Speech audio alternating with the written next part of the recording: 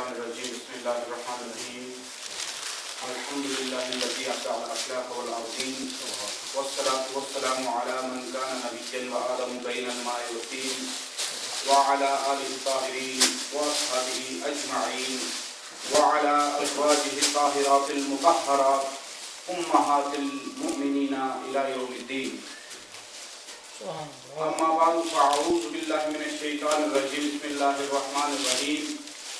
قال الله تبارك وتعالى في القرآن الحكيم هل جزاء الإحسان إلا الإحسان صدق الله العظيم. إن الله وملائكته يصلون على النبي يا أيها الذين آمنوا صلوا عليه وسلموا تسليما. اللهم صل على سيدنا مولانا محمد وعلى آل سيدنا مولانا محمد صلاة وسلام عليك يا رسول الله. اللہ تبارک و تعالی جل جلالہ و عمن والہ کی حمد و ثنا اور اس کے پیارے حبیب صلی اللہ علیہ وسلم کی ذات مقدسہ پر درود و سلام کا نظریہ پیش کرنے کے بعد اس سے پہلے کہ میں آیہ کریمہ کا ترجمہ کروں اور اس کا مفہوم عرض کروں،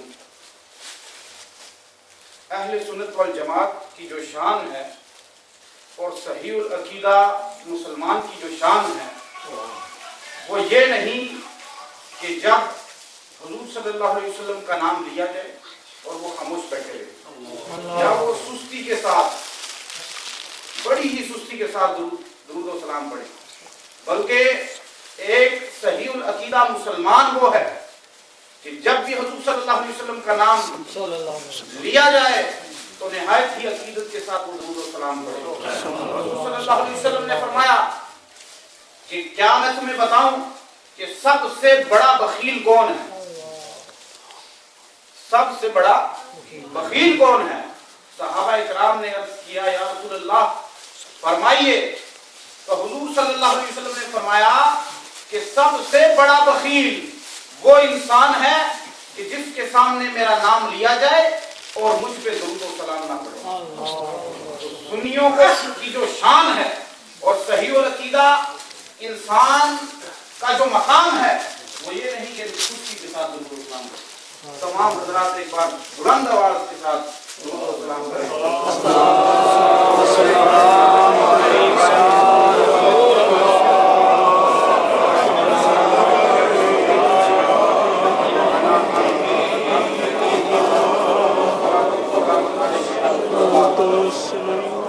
اللہ تبارک و تعالی کی لارہ کتاب میں سے میں نے ایک آیہ کریمہ تلاوت کی ہے. آج کی یہ تقریب 11ویں شریف کے عنوان سے انعقاد پذیر ہے. اللہ تبارک و تعالی قرآن میں ارشاد فرماتا ہے هل جزاء الاحسان الا الاحسان، کہ احسان کا بدلہ کیا ہے؟ احسان کا بدلہ کیا ہے؟ احسان کس چیز کو کہتے ہیں کہ کوئی آدمی کوئی اچھا کام کسی دوسرے آدمی کے لیے دوسرے شخص کے لیے کرے. یعنی اگر ہم کسی کے لیے کچھ کرتے ہیں، کوئی اچھا کام کرتے ہیں، تو اللہ تبارک و تعالی ارشاد فرماتا ہے کہ اس نیکی کا بدلہ یہی ہے کہ دوسرا آدمی بھی اس کے ساتھ نیک طریقے سے پیش آئے. هل جزاء الاحسان الا الاحسان، کہ نیکی کا بدلہ نیکی ہی ہے. اور جس کے لیے آدمی کوئی کام کرتا ہے وہ یقیناً اس کے ساتھ اچھا سلوک کرتا ہے. اور دیکھیے آج کا یہ پروگرام یہ 11ویں شریف کا پروگرام ہے. ہم یہاں کس لیے حاضر ہوئے ہیں؟ ہم یہاں پہ 11ویں شریف کے پروگرام میں شرکت کے لیے حاضر ہوئے ہیں. مختلف جگہوں سے مختلف شہروں سے تمام لوگ اس پروگرام میں چل کر آئے ہیں اور یہاں پہ لوگوں نے 11ویں شریف کا اہتمام کیا، لنگر پکایا، لنگر میں حصہ لیا، قرآن مجید پڑھ کے لائے. اور جب دعا ہوگی تو ہم کیا کریں گے؟ اس تمام کا ثواب شہنشاہ بغداد سیدنا عبدالقادر جیلانی رحمۃ اللہ تعالی علیہ کی روح مقدس کو ایصال کریں گے، ایصال ثواب کریں گے. یعنی جتنا بھی ہم نے اچھا کام کیا، چاہے ہم نے عوام کے لیے لنگر میں حصہ لیا یا کچھ لوگوں نے اس لنگر کا اہتمام کیا، اس کو پکایا، یا کسی آدمی نے قرآن مجید کی وہ اس محفل میں آیا یا کسی نے اللہ تعالیٰ کی راہ میں صدقہ کیا، جتنے بھی ہم نے نیک کام کیے، ان تمام کا ثواب غوث پاک کی بارگاہ میں ہم پیش کریں گے۔ اور اللہ تبارک و تعالیٰ فرماتا ہے هل جزاء الاحسان الا الاحسان، احسان کا بدلہ کیا ہے، نیکی کا بدلہ کیا ہے، کہ جب ایک آدمی دوسرے آدمی کی طرف کوئی اچھا کام یا نیکی کرے تو اس کا بدلہ یہی ہے کہ اس کو نیکی کا صلہ نیکی ہی ملے گا۔ جب ہم غوث پاک کی محفل میں آئے ہیں اہتمام کے ساتھ، اور اتنے اہتمام کے ساتھ جب ہم غوث پاک کی بارگاہ میں یہ تمام ثواب پیش کریں گے تو کیا وہ ہمارے لیے کچھ نہیں کریں گے؟ وہ اس پر کچھ نہیں کہیں گے؟ اللہ تبارک و تعالیٰ کا قرآن فرماتا ہے کہ نیکی کا بدلہ نیکی ہی ہے۔ جب ہم نے قرآن پڑھا اور اس کا ثواب غوث پاک کی بارگاہ میں پیش کریں گے تو وہ جب اس پر آمین کہیں گے تو ہمارے گھر اس سے آباد ہوں گے، ہمارے کاروبار میں خیر و برکت آئے گی، ہماری اولادیں نیک ہوں گی، ہمارے کاموں میں اللہ تعالیٰ کی برکت کا نزول ہوگا۔ یہ ہے 11ویں شریف۔ قرآن کہتا ہے هل جزاء الاحسان الا الاحسان۔ تو اگر کوئی آدمی پوچھے کہ یہ 11ویں شریف کا ختم کیا ہے تو یہ ہے کہ اس میں قرآن مجید کی تلاوت کی جاتی ہے اور قرآن و حدیث سے باتیں پیش کی جاتی ہیں، سبحان اللہ، قرآن پڑھا جاتا ہے، قرآن سنا جاتا ہے، حدیث پڑھی جاتی ہے، حدیث سنی جاتی ہے۔ یہ سب کیا ہے؟ یہ سب نیکی کے کام ہیں، سبحان اللہ، سبحان اللہ۔ اگر ہم کوئی غیر شرعی کام نہیں کرتے، شرع کے اندر رہ کے ہم تمام کام کرتے ہیں، اور اللہ تبارک و تعالیٰ کا قرآن کہتا ہے کہ جب لوگ جمع ہو کر نیکی کرتے ہیں تو ان کا اس کا جواب اور اجر نیکی کی صورت میں ہی ملتا ہے۔ حضور صلی اللہ علیہ وسلم کی مشہور حدیث ہر مسلمان جانتا ہے کہ حضور صلی اللہ علیہ وسلم نے فرمایا انا مدینۃ العلم وعلی بابها، میں علم کا شہر ہوں، علم و حکمت کا شہر ہوں، وعلی بابها، اور حضرت علی المرتضیٰ وہ اس شہر کے دروازہ ہے۔ اب کسی آدمی نے اس علم تک یا اس حکمت تک پہنچنا ہے تو کیا اڑ کے آئے گا؟ اڑ کے کوئی نہیں جا سکتا، وہ دروازے سے داخل ہوگا۔ جب ہم مسجد میں داخل ہوتے ہیں تو دروازے سے داخل ہوتے ہیں، گھر جاتے ہیں تو دروازے سے داخل ہوتے ہیں، کسی شہر میں داخل ہوتے ہیں تو وہاں پہ داخل ہونے کا رستہ ہے۔ حضور صلی اللہ علیہ وسلم نے فرمایا کہ علم و حکمت کا جو شہر جس کو اللہ تبارک و تعالیٰ نے حضور صلی اللہ علیہ وسلم کی صورت میں پیش کیا، اس تک پہنچنا ہے تو علی المرتضیٰ تک پہنچ سکتا۔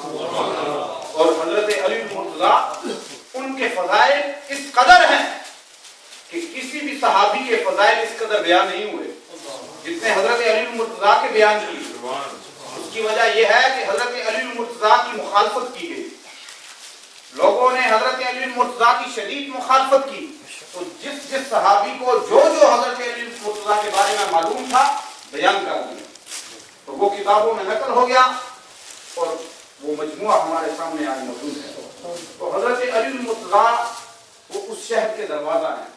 اللہ تبارک و تعالیٰ قرآن میں ارشاد فرماتا ہے مرج البحرین یلتقیان، کہ اللہ تبارک و تعالیٰ نے دو نہریں، دو لائنیں وہ جاری کی ہیں، اور وہ نہریں ایک دوسرے سے ملتی ہیں اور جدا ہوتی ہیں۔ یلتقیان، وہ ملتی ہیں اور جدا ہوتی ہیں، پھر ملتی ہیں، جدا ہوتی ہیں۔ اللہ تبارک و تعالیٰ فرماتا ہے کہ جب وہ ملتی ہیں تو ان سے کیا نکلتا ہے؟ جب یہ دو لائنیں ملتی ہیں تو ان سے کیا نکلتا ہے؟ یخرج منہما اللؤلؤ والمرجان، اللہ تبارک و تعالیٰ فرماتا ہے کہ اس سے بڑے بھی موتی نکلتے ہیں، چھوٹے بھی موتی نکلتے ہیں۔ تو حضرت عبداللہ ابن عباس رئیس المفسرین فرماتے ہیں کہ اس قرآن کی آیت کا معنی یہ ہے کہ حضور صلی اللہ علیہ وسلم کی پیاری شہزادی فاطمہ الزہرا رضی اللہ تعالی عنہا، ان کے لیے اللہ تعالیٰ نے حضرت علی المرتضیٰ کو چنا۔ اب جب یہ دو شخصیتیں ملی پھر کیا ہوا؟ حضرت امام حسن اور حضرت امام حسین۔ حسن اس کی تصویر حسین ہے، حضرت امام حسن بڑے موتی ہیں، حضرت امام حسین چھوٹے نہیں، دونوں حضور صلی اللہ علیہ وسلم کے پھول ہیں۔ اب حضرت امام حسن کی اولاد بھی چلتی ہے، حضرت امام حسین کی اولاد بھی چلتی ہے۔ ایک صدی گزری کہ حضرت امام حسن اور حسین کی اولاد چلتی رہی، پھر دوسری صدی آئی، پھر تیسری صدی آئی، پھر چوتھی صدی آئی، حتیٰ کہ 5 صدیاں گزر گئی، وہ دونوں لائنیں چلتی رہی۔ اور 5 صدی بعد ایک شخص وہ نہر کے کنارے جا رہا ہے، سفر میں ہے، بڑی بھوک لگی ہوئی ہے، دیکھا کہ نہر میں ایک سیب ہے، تیر رہا ہے، اس سیب کو اٹھایا اور کھا لیا۔ جب کھا لیا تو پھر یاد آیا کہ آج تک اپنے ہاتھوں سے حلال کی کمائی کما کے کھاتے رہے، ہمارے بدن میں تو ایک ایک قطرہ وہ حلال کی کمائی کا ہے، آج میں نے بغیر پوچھے سیب اٹھا کے کھا لیا۔ پریشانی ہو گئی اور نہر کنارے چلتے چلتے ایک باغ تک پہنچے، وہاں پہ سیب کا درخت وہ نہر کے اوپر لٹکا ہوا ہے اور اس کے پھل نظر آ رہے ہیں۔ آپ نے پہچان لیا کہ اسی باغ سے سیب گرا اور میں نے اس کو کھایا۔ اب مالک کے پاس پہنچے اور عرض کی کہ میں نے بغیر پوچھے اس طرح آپ کے باغ میں سے ایک سیب کھا لیا، ایک سیب کھا لیا، اب میں اس کی معافی چاہتا ہوں۔ وہ باغ کا مالک وہ دیکھ رہا ہے کہ لوگ ان گنت مال کھا جاتے ہیں، بغیر سمجھے بغیر پوچھے اوروں کی روزی پہ ہاتھ مارتے ہیں، لیکن یہ انسان، یہ کیسا انسان ہے کہ ایک سیب وہ بھی اتنی دوری پہ کھا لیا، لیکن اب معافی کا تعلق دار ہے۔ تو انہوں نے پہچان لیا، پھر انہوں نے شرائط رکھی کہ یہ میری شرائط ہیں، ان کو پورا کرو، ان شرائط کو پورا کرو گے تو میں معاف کر دوں گا۔ اب ہم میں سے کوئی بھی آدمی سوچ لے کہ ہمارے سامنے اتنی مشکل شرائط رکھی جائے کہ یہ بھی کرنا ہے، یہ بھی کرنا ہے، یہ بھی کرنا ہے، تب اس سیب کو ہم معاف کریں گے، تب اپنا حق معاف کریں گے، تو مشکل لگتا ہے کہ کوئی آدمی ان شرائط کو مانے۔ لیکن اس شخصیت نے تمام شرائط کو تسلیم کیا اور کہا کہ اس سے پہلے کہ اس سیب سے خون کے قطرے بنے اور میرے جسم میں وہ خون کے قطرے مل جائے، مجھے معاف کر دو، مجھے تمہاری ہر شرط منظور ہے۔ تو انہوں نے کہا کہ لگتا ہے کہ یہ کوئی نیک آدمی ہے، اللہ تعالیٰ کا کوئی بہت ہی نیک آدمی ہے۔ کہا میری ایک بیٹی ہے، وہ نہ سنتی ہے، نہ دیکھتی ہے، نہ چلتی ہے، نہ بولتی ہے، کچھ نہیں کر سکتی، اس کے ساتھ شادی کر لو، میں تمہیں معاف کر دوں گا۔ تو اس شخصیت نے کہا کہ معاف کرنے کی صورت ہے تو میں اس کو اختیار کر لوں گا، چاہے جتنی بھی مشکلات ہوں، کوئی مسئلہ نہیں، میں تمام شرائط کو قبول کرتے ہوئے اس بات کو تسلیم کرتا ہوں۔ جب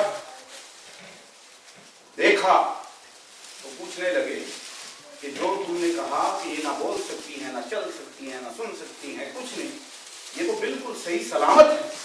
کہا کہ جس طرح تم نے میری تمام شرائط کو قبول کر کے اس سیب کی معافی کے لیے تم نے تمام شرطوں کو قبول کیا، اسی طرح میری بیٹی آج تک گھر سے باہر نہیں گئی، آج تک کسی غیر شرعی چیز کو نہیں دیکھا، کانوں سے کسی الٹی سیدھی بات کو نہیں سنا، اور اپنے پاؤں سے کسی بری چیز کی طرف چل کے نہیں گئی، اس لیے میری بیٹی پاک صاف ہے۔ پھر جب وہ 2 شخصیتیں ملی، یہ پاکیزہ شخصیتیں، ایک وہ حضرت امام حسن کی لائن تھی اور ایک وہ حضرت امام حسین کی لائن تھی، جب یہ 2 پاک شجرے پھر سے ملے اور یہ پاکیزہ شخصیتیں پھر سے ملی تو حضرت سیدنا عبد القادر جیلانی اس دنیا پہ تشریف لایا۔ حضرت سیدنا عبد القادر جیلانی شہنشاہ بغداد، آج کی شخصیت وہ پاک شخصیت ہے کہ آج اگر کسی کا ہم شجرہ دیکھیں کہ یہ کس برادری سے ہے، یہ کس کنبے سے ہے، یہ کس فیملی سے ہے، تو ہم دیکھتے ہیں کہ یہ کیا پڑھا لکھا خاندان ہے، کیا یہ علم و فضل والے ہیں، یہ ہم دیکھتے ہیں۔ لیکن دیکھیے کہ وہ 2 لائنیں جو حضرت علی المرتضیٰ سے چلی تھی، حضرت امام حسن کی لائن، حضرت امام حسین کی وہ لائن، وہ شجرہ طیبہ، پھر جب ملا تو حضرت سیدنا عبد القادر جیلانی وہ دنیا پہ تشریف لائے۔ تو ماں باپ کو جب دیکھا جائے، ان کی شرافت کو دیکھا جائے، ان کی پاکی کو دیکھا جائے، تو اولاد کا مقام سمجھ میں آتا ہے۔ تو جو شجرہ اوپر سے حضور صلی اللہ علیہ وسلم سے چلا اور پاک روحیں اس میں رہی، پاک جسم اس میں رہے، اور بڑی عظمتوں والی شخصیتیں ان شجروں میں آئیں، تو پھر حضرت سیدنا عبد القادر جیلانی اس دنیا پہ تشریف لائے۔ اور ایک آخری بات عرض کروں کہ آپ حضرات نے سنا ہوا ہے کہ غوث پاک نے فرمایا قدمی ھذہ علی رکبۃ کل ولی، کہ میرا یہ قدم تمام اولیاء کی گردنوں پر ہے۔ یہ غوث پاک نے کیوں فرمایا؟ مناقب غوثیہ شیخ محمد صادق اس کتاب کے مصنف ہیں، وہ اس کتاب کے اندر لکھتے ہیں کہ معراج پہ جب حضور صلی اللہ علیہ وسلم تشریف لے گئے تو جب سدرۃ المنتہا کا مقام آیا تو جبریل امین نے عرض کیا رسول اللہ صلی اللہ علیہ وسلم اس سے آگے مجھے اجازت نہیں ہے، اس سے آگے میں نہیں جا سکتا، اگر ایک ذرہ برابر بھی اس سے آگے تجاوز کر گیا تو میرے پر جل جائیں گے۔ جبریل امین وہاں رک گئے، تو جب جبریل امین رک گئے تو براق بھی رک گیا، جس پہ حضور صلی اللہ علیہ وسلم سواری فرما رہے تھے وہ براق بھی رک گیا۔ اب سفر کے لیے تو سواری کی ضرورت ہے، جس طرح ہم سفر پہ جاتے ہیں، گاڑی پہ، ٹرین پہ، ہوائی جہاز پہ سفر کرتے ہیں، سفر کے لیے سواری کا ہونا ضروری ہے۔ اب جب جبریل امین بھی رک گئے، براق بھی رک گیا، تو سواری کون سی حضور صلی اللہ علیہ وسلم نے فرمائی؟ شیخ محمد صادق کو فرماتے ہیں مناقب غوثیہ میں کہ شہنشاہ بغداد سیدنا عبد القادر جیلانی کی روح مقدس کو حاضر کیا گیا اور حضور صلی اللہ علیہ وسلم نے سواری فرمائی۔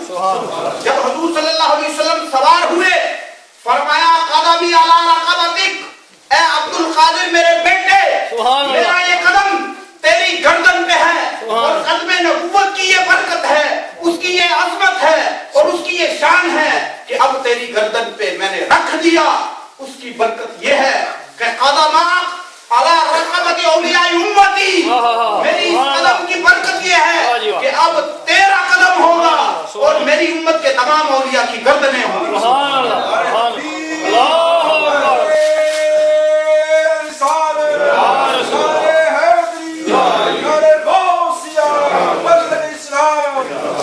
یہ وجہ ہے کہ شہنشاہ بغداد سیدنا عبد القادر جیلانی رحمۃ اللہ تعالی علیہ آپ نے یہ فرمایا، یہ اپنا اعلان نہیں تھا بلکہ حضور صلی اللہ علیہ وسلم کے قدم مبارک کی برکتیں اور قیامت تک آنے والے تمام اولیاء گردنوں پہ حضرت شہنشاہ بغداد کا قدم ہے، کیونکہ شہنشاہ بغداد سیدنا عبد القادر جیلانی رحمۃ اللہ تعالی علیہ آپ کی ہستی وہ ہے کہ جو حضور صلی اللہ علیہ وسلم کے نائب ہیں۔ حضور صلی اللہ علیہ وسلم کے نائب، اور نائب کا معنی کیا ہوتا ہے کہ جس طرح نبوت کی دنیا میں حضور صلی اللہ علیہ وسلم سے بڑھ کر کوئی نبی نہیں، اسی طرح ولایت کی دنیا میں شہنشاہ بغداد سے بڑھ کر کوئی ولی نہیں۔ اور کچھ ولی ہوتے ہیں اور کچھ ولی گر ہوتے ہیں، کچھ ولی ہوتے ہیں لیکن کچھ شخصیتیں وہ ہیں جو ولی بناتے ہیں، ان کی مجلس میں کوئی بیٹھ جائے تو وہ ولی بن جاتے ہیں، اور مجلس میں بیٹھنا تو ایک دور کی بات ہے۔ شہنشاہ بغداد کی بارگاہ وہ ہے کہ اگر کوئی برے ارادے سے، اگر چوری کے ارادے سے غوث پاک کے قریب چلا گیا، جب قبا کو ہاتھ ڈالا تو پکڑ لیا، گرفت میں آ گیا، کہا تیرا ارادہ نیک نہیں تھا، ہم جانتے ہیں تو چوری کے لیے آیا تھا، ہم جانتے ہیں تو برے ارادے سے آیا تھا، ہم جانتے ہیں، لیکن یہ ارادے تیرے تھے، یہ مرضی تیری تھی، لیکن ہمارا مقام یہ ہے کہ جو نزدیک آ جاتا ہے پھر اللہ تبارک و تعالیٰ اس کو ولایت عطا کر دیتا ہے۔ کیا تجھے بھی ولایت دے دی؟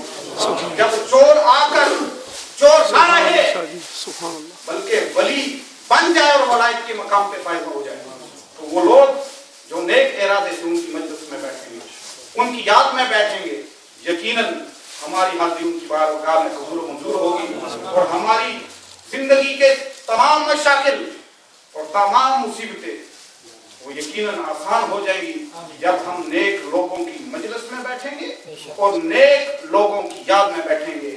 نہ رہے گی یہ دنیا، نہ رہیں گے یہ دنیا والے، رہے گا اللہ تعالیٰ کا نام اور اللہ والوں کا نام.